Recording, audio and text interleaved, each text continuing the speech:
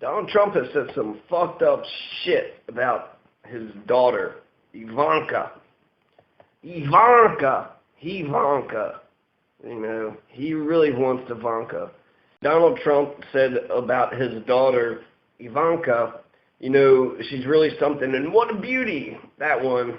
If I weren't happily married, and you know, her father says he's also, that's not the only time he said it. I don't think Ivanka would be doing that. I've said if Ivanka weren't my daughter, perhaps I'd be dating her. If Ivanka were my daughter, and that was on The View and now Howard Stern show. You know who's one of the great beauties of the world, according to everybody? I helped create her. Ivanka, my daughter. Ivanka's 6 feet tall. She got the best body. She made a lot of money as a model, a tremendous amount.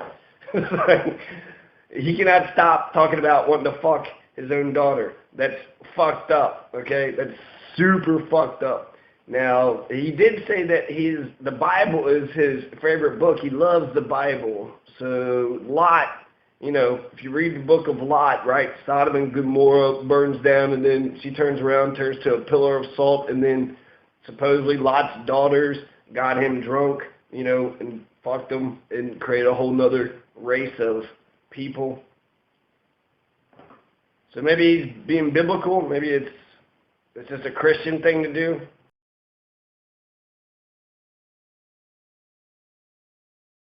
Good Christian, just like Kenneth Wakefield. Now, Kenneth Wakefield's from Phoenix, Arizona, and on August 1st, he is accused, at least, so you're innocent until proven guilty, of decapitating a woman, I think his wife, and 2 dogs. The Phoenix Police Department said Wakefield was released from the hospital Saturday afternoon and was booked on 1 count of first-degree murder and 2 counts of animal cruelty. I mean, that's pretty cruel to the animals. I mean, there's poor dogs, right? He's being held on a $2 million bond. Officials believe Trina Haish, 49, was decapitated by the 43-year-old man who was her husband. Now, it gets crazier. Well, actually, he was arrested August 20, or arraigned. The arraignment was August 1st, July 25th. So on the morning of July 25th, a neighbor living near the Arizona residence of Kenneth Dale Wakefield and Trina Haish decided to stop by and check on the couple. According to George Loney, when Wakefield answered the door that morning, he was naked. Well, he's got no clothes on. Right then, you know, the neighbor knew something was wrong. Right? Who just opens the door naked? That's just weird. And then he says, Kenneth Wakefield tells him that he killed 3 of his family members and that it's okay because God forgives him. And then he's like, the neighbor didn't believe him. He looks around, he sees blood and, you know, clothes. It just looks like the Texas Chainsaw Massacre, right? And then he notices that one of his arms is missing. And, you know, he doesn't know what to do. Eventually, Lonnie calls by the time the police get there, he had cut off one of his arms. And, he had his arm cut off already, and then he gouged out his eye. So he cut off his arm, gouged out his eye, decapitated his wife, killed these dogs, blood's everywhere, doors, cabinets. The police find the decapitated heads in the closet. And, you know, they ask, why did you do this? You know, what was the point? And he said it was to get the evil out. I needed to get the evil out. Now, a couple more things in the background. They have a history of mental illness. In fact, that's where they met. They met at a mental illness clinic. So that's good, right? Just put all the crazy people together, and they can get married, and then that mental craziness adds up exponentially.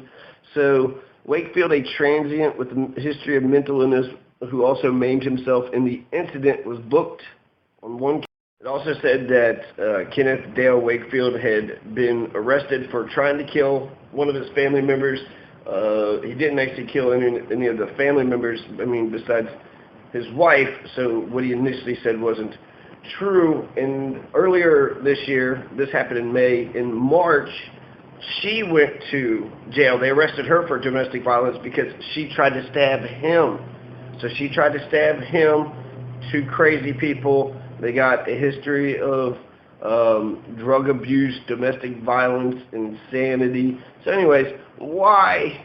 What was his motivation? Where did he, he wanted to get the evil out of her. So what, why would he chop off her head and then chop off his arm and gouge out his eyes? Where would he get these ideas from?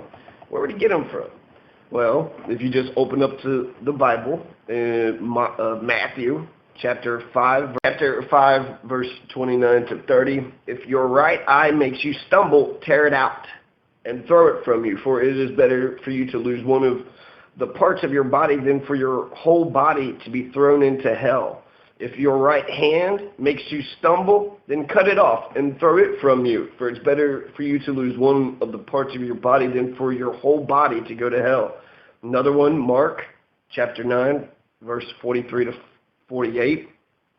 He also tells them to chop off their feet. And if thy hand offend thee, cut it off. It is better for thee to enter into life maimed than having two hands to go into hell, into the fire that never shall be quenched, where their worm dieth not, and the fire is not quenched. And if thy foot offend thee, cut it off. It is better for thee to enter halt into life than having 2 feet into the fire that never shall be quenched, where their worm dieth not, and the fire is not quenched. And if thine eye offend thee, pluck it out. It is better for thee to enter into the kingdom of God with only one eye than having 2 eyes to be cast into hellfire, where their worm dieth out and the fire is not quenched. So pluck out your eye, chop off your arm, chop off your feet. And, some people, he had said that God forgave him for what he done. He was getting the evil out of his wife. Now, some people might say, well, beheading is Islam. Well, let's read Samuel 17:51. The biblical king David cuts off the head of the Philistine giant Goliath. Then David ran and stood over the Philistine and took his sword and drew it out of its sheath and killed him and cut off his head with it. When the Philistines saw that their champion was dead, they fled. So, David and Goliath, everybody knows David and Goliath. And likewise, the book of Judges describes how the men of Israel cut off the heads of their enemies.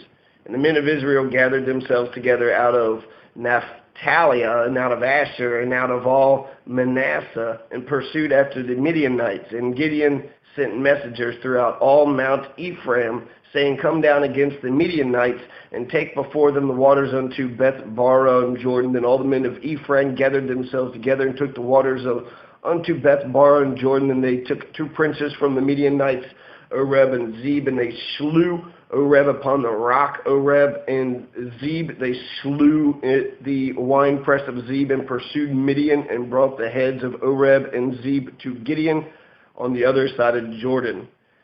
Aren't the Gideons the one that puts the Bibles in all the hotels? So, some of the right wing can point out that Trump is advocating for the banishment of all Muslims. He's not saying shit about radical Christianity. Radical Christianity, this is clearly a Christian doing this, plucking his eye out and cutting off his arm. Planned Parenthood shooter, that's inspired by radical Christianity. The Ku Klux Klan. The Ku Klux Klan was Christian. The Crusades, the Russian Tsars, the Spanish Inquisition. Hitler was, everything that he did was in the name of Christ. So, you want to ban somebody, ban Christians, ban the white supremacists. They've been killing for quite some time, if you're going to be fair.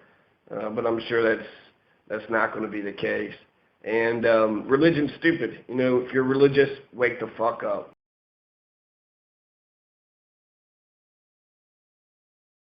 For a rich guy, though, he's got some really shitty hair. He's got, you would think he could do something with that, right? But I don't know. Maybe we should quit picking on him. There's, actually, I got one more. $500 million. He sued Bill Maher $500 million for comparing him to an orangutan. But he looks just like him. How can you not believe in evolution? They're practically separated at birth. It's all the proof that one needs. So, I don't know why people keep picking on him. He only got $1 million loan from his father. He's had it rough. He's lived the struggle. The struggle has been real for the Donald. for the Donald. It's a hard luck life. It's not easy being orange.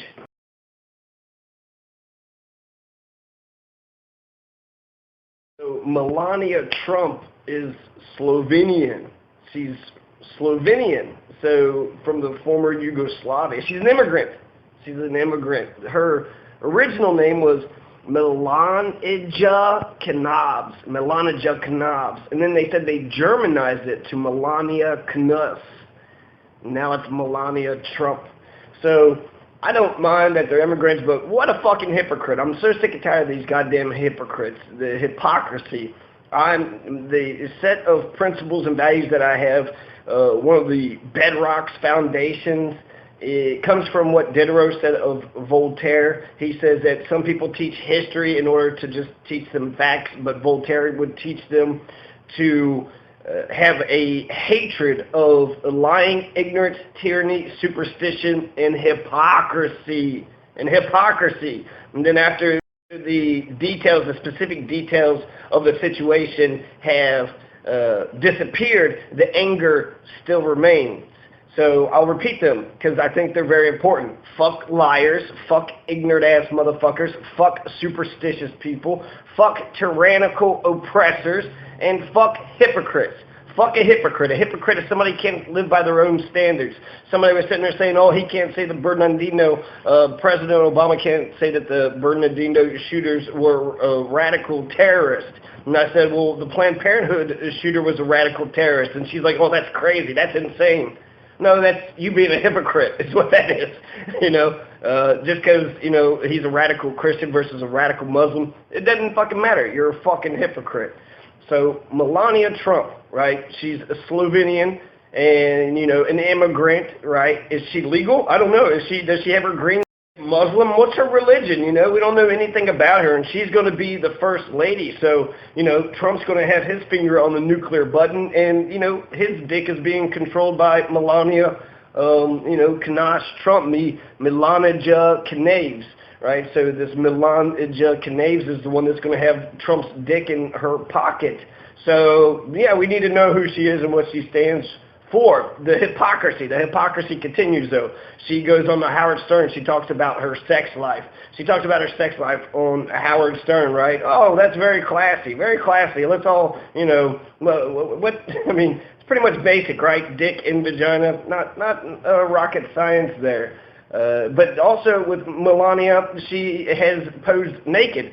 She's posed naked in magazines. There's nudes on the internet, and so that's very scandalous and lascivious.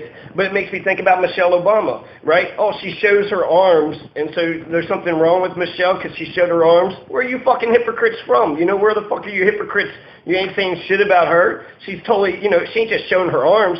She showed every goddamn thing. There's nothing, her whole body, out to the world, can totally see it. And, again, I don't mind immigrants. I don't mind people posing nude. It's the hypocrisy, the fucking hypocrisy. And then she also, in these nudes, she's got lesbian pictures. So don't even fucking talk to me about homosexual marriage. Trump's wife is, lesbian. She's sitting there making out with other women. So bisexual at least, right? So don't even fucking talk to me about homosexual, you fucking hypocrites. And the last thing, traditional marriage, right? Donald Trump, Mr. Traditional Marriage, he's had 5 kids from 3 wives. 5 kids from 3 wives. So I'm looking up the short list on Time Magazine. You had Bernie Sanders. Bernie Sanders won the Reader's Choice. He won the Reader's Choice. So, the 10%, like, overwhelming margins just kicked, I think, like, some of the other ones were, like, 1%. The second place is 2%, so kicked their asses, right? So I wanted to see who his competition is going to be on the short list. You got Abu Bakr al-Baghdadi, the leader of ISIS, right? So that's influential, right? ISIS chopping off motherfuckers' heads and shit. That's influential. Black Lives Matter activist, right? They've been protesting, they finally protested Donald, which is more fitting considering he's a fucking racist. Caitlyn Jenner, he come out as a transgendered woman. It's interesting, Caitlyn Jenner. It's supposedly a big conversation, right? I don't know. I've been talking about some of these issues, but I guess mainstream, right? Travis Kalanick, CEO of Uber, drove his car hailing company to nearly $7 billion. Also drew criticism about downside of the sharing economy. Angela Merkel, who is Germany's chancellor, has been at the center of major news events this year, from economic strife. The leader of Germany, right? Putin. You cannot forget Vladimir Putin, president of Russia, defied Western sanctions. Ukraine played critical, precarious role. Hassan Rouhani, president of Iran, seeking to bring his country out of pariah status. Iran, president of Iran, I guess, I don't know, I haven't heard much about it. And Donald. Wait. Yeah, so apparently, motherfuckers didn't put Bernie on the list. Donald's on there. Republican Party is fucking dying. It's not even a political party anymore. It's just a radical insurgency. It's just everybody being shitty. They're just shitty now. They're just shitty fucking psycho assholes, violent psycho assholes, right? So that's always good, right? He's bringing back the racism, the hatred of people who are different, have different skin colors and has different headdresses. Racism is as American as apple pie, so, that's the reason to include the Donald on the list of most influential people. Noam Chomsky's birthday was yesterday. He's 87 years old. Noam Chomsky's fucking incredible. He says, actually, that the GOP is no longer a normal political, more like a radical insurgency, which is actually where I got it from. Since Ronald Reagan, the leadership has plunged so far into the pockets of the very rich and the corporate sector that they can attract votes only by mobilizing sectors of the population that have not previously been an organized political force.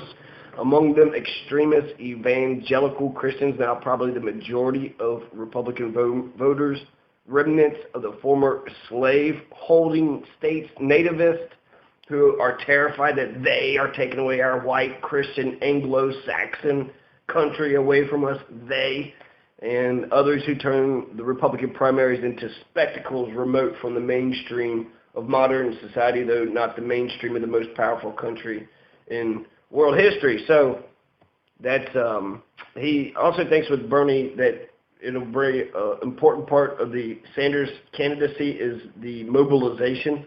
So Chomsky was pointing out how Republicans ain't going to let him get his agenda through, but neither are Democrats, since they're fucking corporatists too.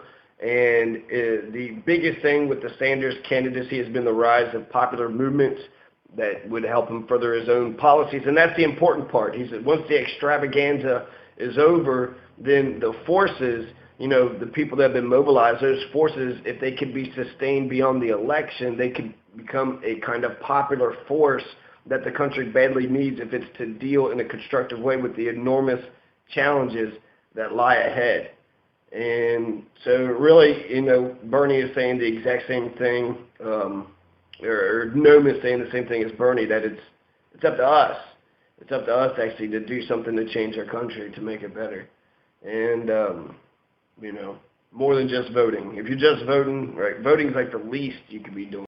If you ain't even voting, I mean, I don't know, if you're a dumbass fucking, piece of shit, you probably shouldn't vote. So maybe that's a good thing. But if, I don't know. If you're educated and smart, get into politics.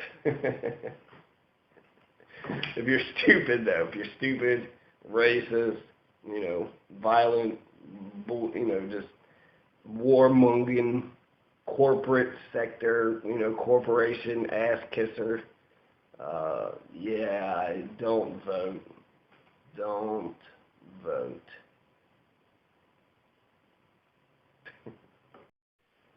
This debate actually makes me think when I was back in Nam, in the jungle.